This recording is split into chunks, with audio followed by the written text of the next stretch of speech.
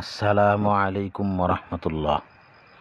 যদি কোনো ব্যক্তি চায় যে স্ত্রী বা স্বামী যে কেউ তাকে পাগলের মতো ভালোবাসুক, তাহলে বিশ্বাসের সাথে পাক পবিত্র হয়ে প্রথমে 3 বার আস্তাগফিরুল্লাহ আস্তাগফিরুল্লাহ আস্তাগফিরুল্লাহ পাঠ করে তারপর 11 বার যে কোনো দুরূদ শরীফ পাঠ করবে। চাই নামাজের দুরূদ শরীফ হোক, নামাজের দুরূদ শরীফ হলে ভালো হয়। যদি না পারে তবে সাল্লাল্লাহু আলাইহি ওয়াসাল্লাম সাল্লাল্লাহু আলাইহি ওয়াসাল্লাম সাল্লাল্লাহু আলাইহি ওয়াসাল্লাম পাঠ করবে।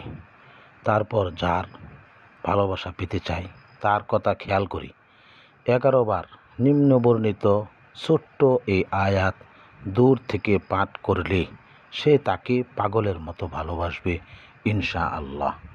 ছোট্ট এই আয়াতখানা হলো وألقيت على محبة مني, এরকমভাবে 11 বার পাঠ করবে।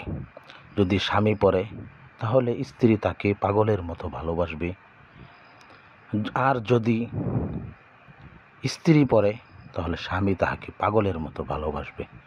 তবে মনে রাখতে হবে, না জায়েজ জায়গায় করা যাবে না।